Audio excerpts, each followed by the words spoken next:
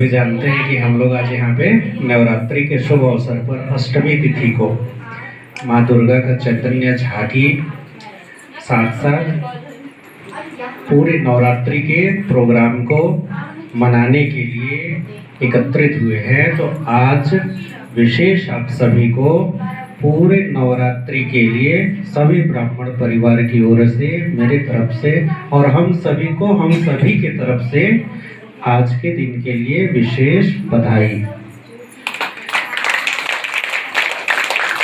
आप सभी जानते हैं कि नवरात्रि को क्यों मनाया जाता है।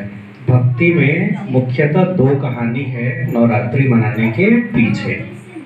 एक कहानी के अनुसार एक महिषासुर नाम का राक्षस था, जिसको जो घोर तपस्या करके भगवान से वरदान मांगा, भगवान को प्रसन्न किया और वरदान मांगा कि मेरे मृत्यु कभी ना हो। भगवान बोले कि ये पॉसिबल नहीं है, ऐसा तो हो ही नहीं सकता। फिर उसने बोला ठीक है, आप मुझे वरदान दीजिए कि कोई मनुष्य या कोई देवता मुझे ना मार पाए। मनुष्य का मतलब मानव, मानव मतलब कोई व्यक्ति।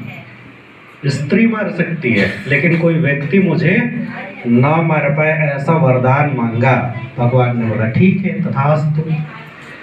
उसके बाद उसे घमंड हो गया कि स्त्री को कमजोर समझता था, माता को कमजोर समझता था। वो तो समझता था कि अगर कोई पुरुष मुझे मार नहीं सकता तो माताओं में इतनी ताकत नहीं होती कि कोई मुझे मार सके।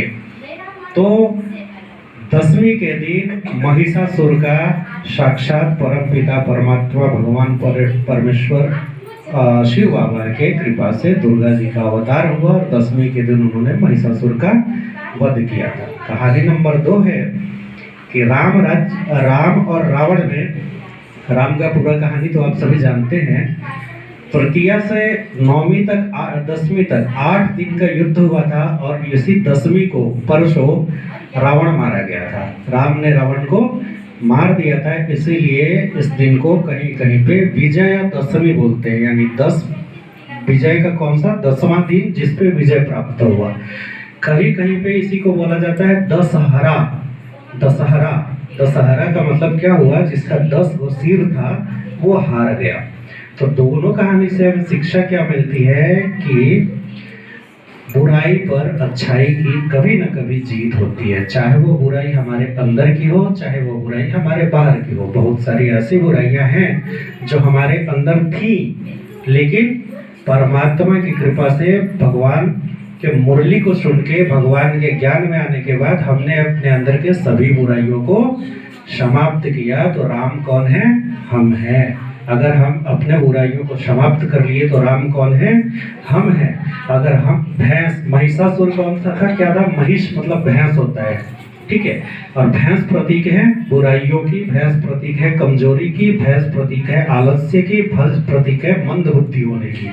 लोग बोलते हैं ना कि भैंस हो क्या, कहने का मतलब अपने अंदर के सभी बुराइयों को समाप्त कर देना ही दुर्गा बनने की प्रथम निशानी है।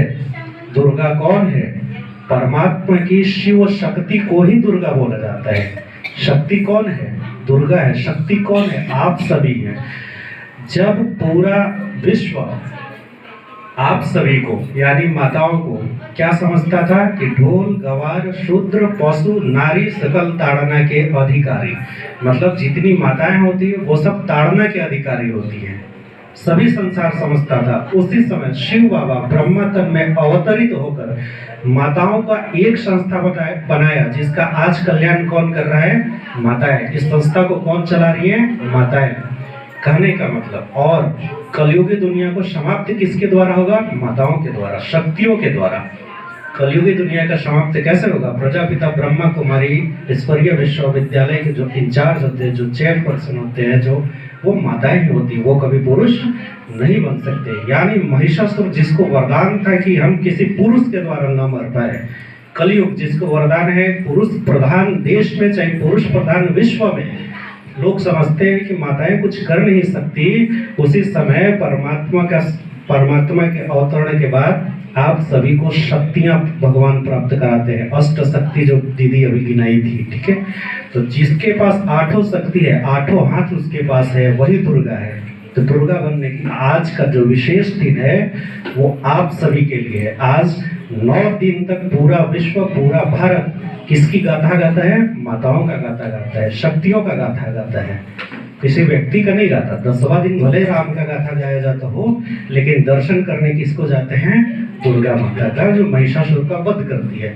ठीक है, उस दिन दशमी बोलते हैं या दशहरा बोलते हैं। उस दिन ये भी जानते हैं कि राम ने रावण को मारा, लेकिन पंडाल में जब जाते हैं दर्शन करने तो वहां पे मूर्ति राम का होता है क्या? वहां पे मूर्ति किसका होता है? आप सभी का। इसलिए आप सभी, भगवान ने बोला कि स्वर्ग का द्वार खोलने वाले हो। तो ये विशेष 9 दिन आप सभी की महानता का दिन है। आपको पता होना चाहिए कि मैं कौन हूँ, मैं कितना महान हूँ, भगवान ने मुझे कहाँ से कहाँ उठा के बनाया। देखिए, लोग कोई भी चाहता है कि मेरे पास पावर हो, शक्ति हो, पोजीशन हो, यानी विद्या के दम पे हम बहुत ज्यादा ऊपर तक जाएं, और पैसा हो। ये 3 चीज़ों का ख्वाहिश सबके पास होता है, पावर, पोजीशन और पैसा। पावर कहाँ से मिलता है? शक्ति की देवता कौन होते हैं? कोई नहीं। शक्ति की देवी कौन होती है? दुर्गा।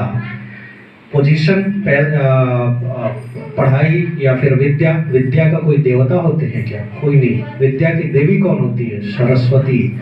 पैसा, धन का कोई देवता होता है क्या? नहीं। धन कुबेर को संभालने के लिए मिला है, लेकिन धन का देवता नहीं है। धन की देवी होती है कौन? लक्ष्मी। यानी लोग जिस 3 चीजों के पीछे भागते हैं वो सब 3 चीजें आप सभी के पास है। तो ये आपकी महानता, ये पूरा 9 दिन आपकी महानता की गुण गाए जाते हैं। तो आप सभी अपने आप को उस कोटि के समझे, अपने आप को उस लायक बनाए, 8 शक्ति को अपने अंदर धारणा करें। आने वाले समय में पूरे स्वर्ग का द्वार खोलने के उत्तराधिकारी बने। इन्हीं शुभकामना, शुभ भावना के साथ ओम शांति।